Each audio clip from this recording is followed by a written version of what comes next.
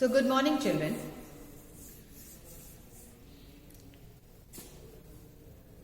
Now we all know that blood is the main mode or the main medium for transportation of gases. So today we are going to deal with how gases transport in our circulatory system. How circulation of gases take place in the blood. So blood is the medium for transportation of oxygen and carbon dioxide.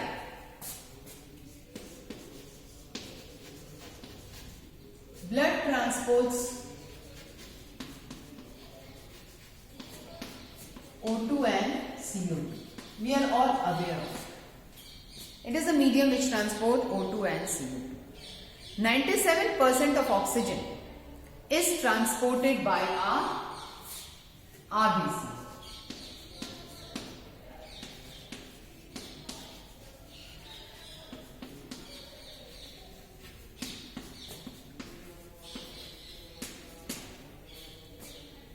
RBC. 3% of the oxygen is present in the plasma in dissolved state.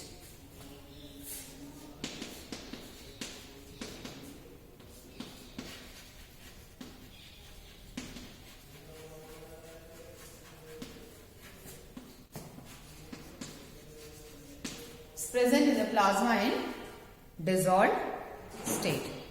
20 to 25. So this is about oxygen. When we talk of carbon dioxide, 20 to 25% of carbon dioxide is transported by RBCs.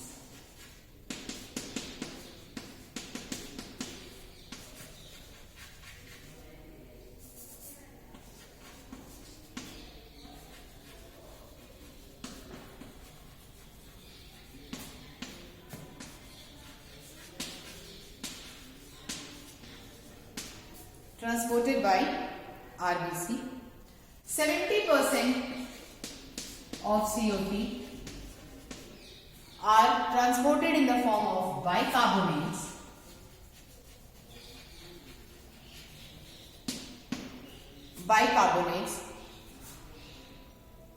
And 7% of CO2 is present in plasma in dissolved state. That means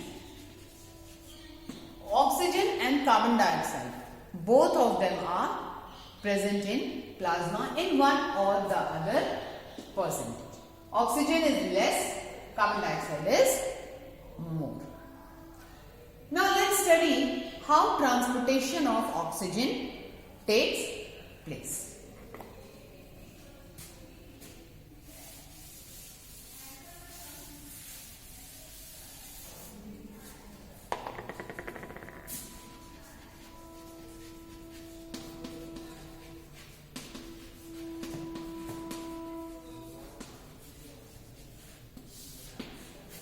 Transport of oxygen. Now we all know when oxygen moves in the blood has the presence of hemoglobin. So oxygen binds to hemoglobin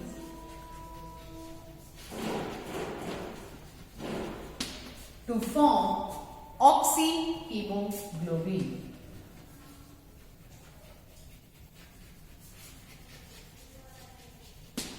To form oxyhemoglobin. Now each of the hemoglobin molecules, they transport 4 molecules of oxygen.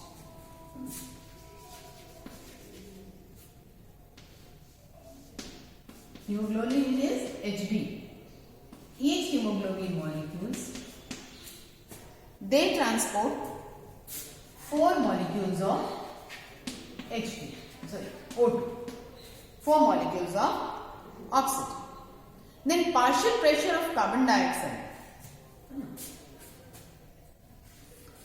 Oxygen, it combines with hemoglobin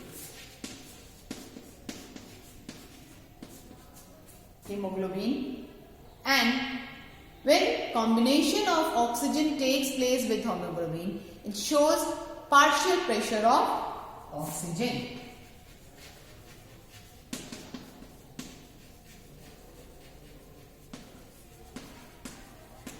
Partial pressure of oxygen.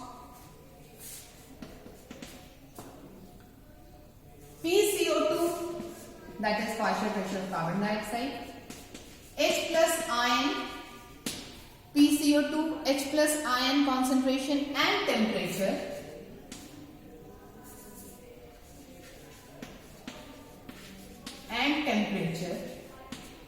they may interfere with the binding of oxygen with hemoglobin.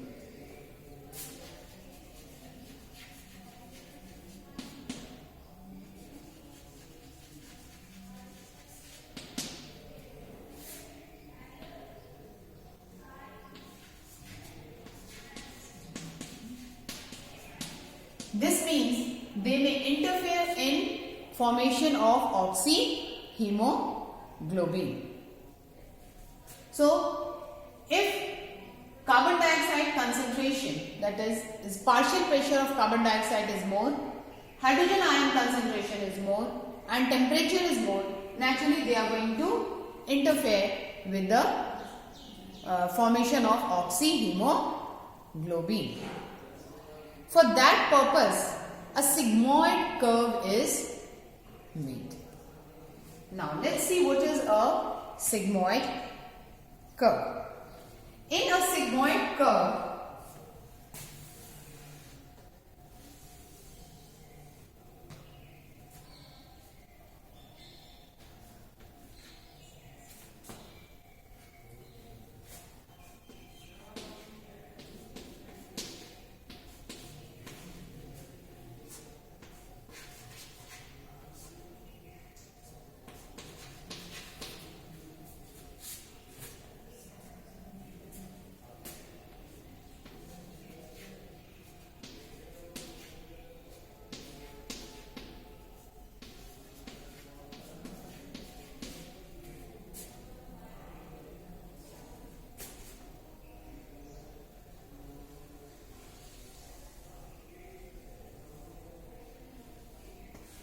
this is a sigmoid curve.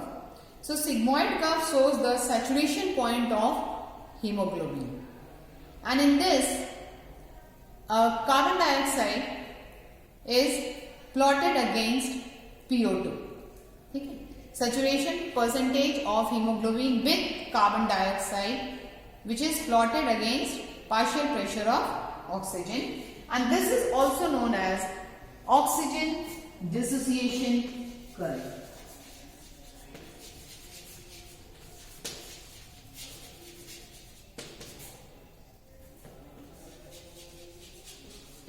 This is also called oxygen dissociation curve.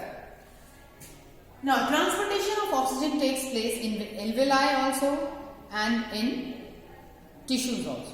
Now, let's see how it takes place in alveoli and how it takes place in tissues.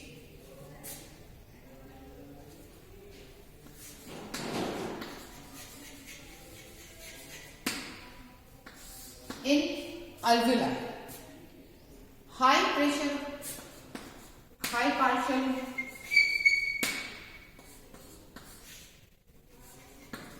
partial pressure of oxygen is high, then low partial pressure of carbon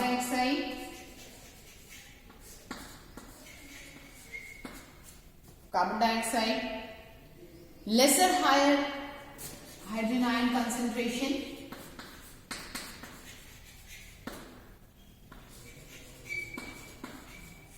plus ion concentration, and low temperature.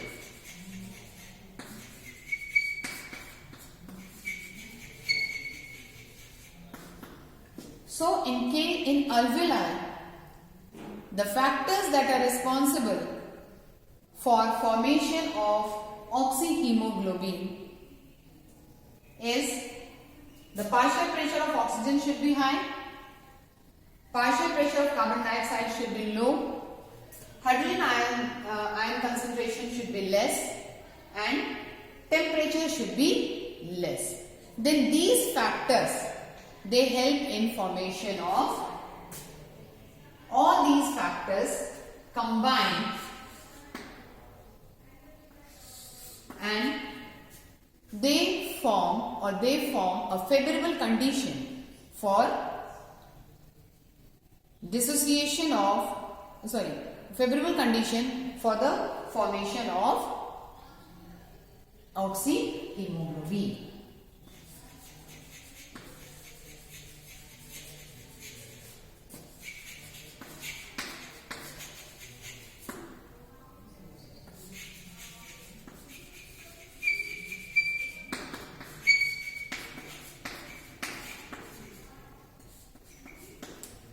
Right.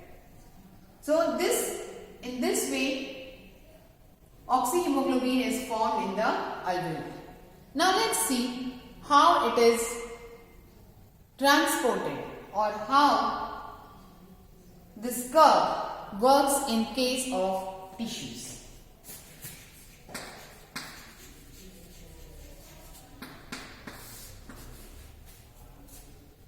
In tissues, for dissociation of oxygen from oxyhemoglobin. Okay, in tissues there are certain conditions which remove oxygen from oxyhemoglobin, and those conditions are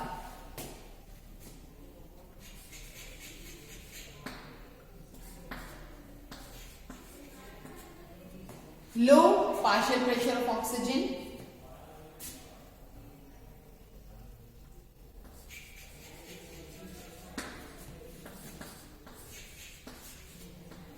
more partial pressure of carbon dioxide, and high temperature. If these three conditions prevail, that is low partial pressure of oxygen, more partial pressure of carbon dioxide and high temperature, then these conditions become favorable for dissociation of oxygen from oxyhemoglobin.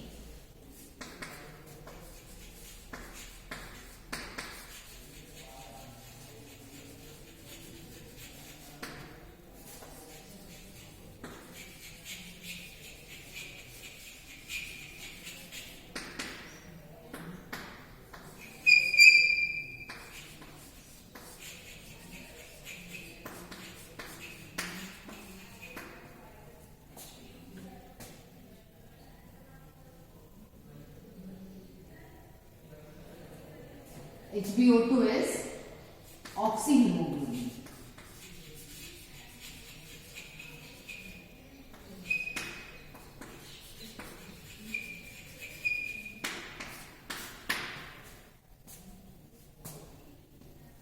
Okay, so transportation of oxygen takes place in alveoli also and tissues also.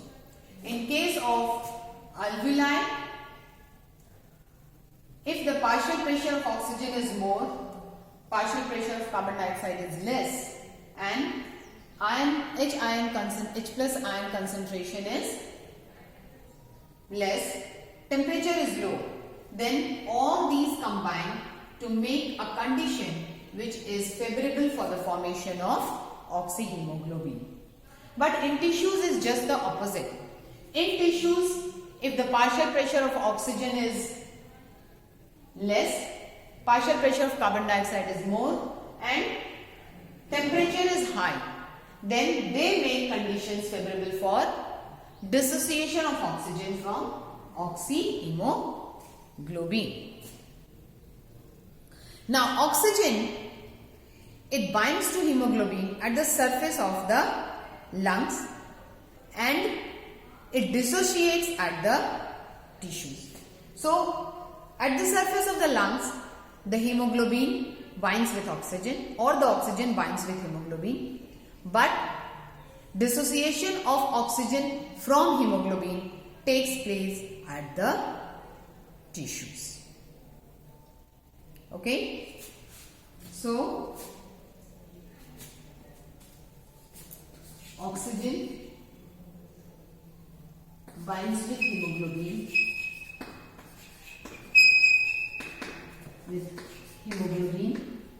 on lung surface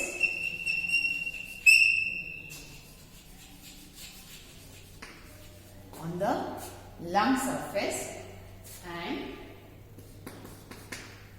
dissociates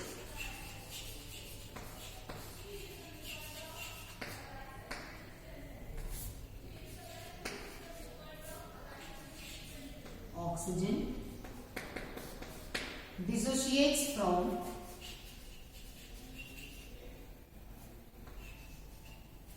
HbO2, that is oxyhemoglobin,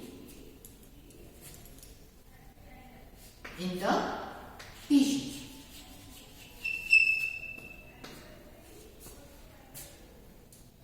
Okay, so 1000 milliliter of oxygenated blood, it delivers 5 milliliter of oxygen to the tissues.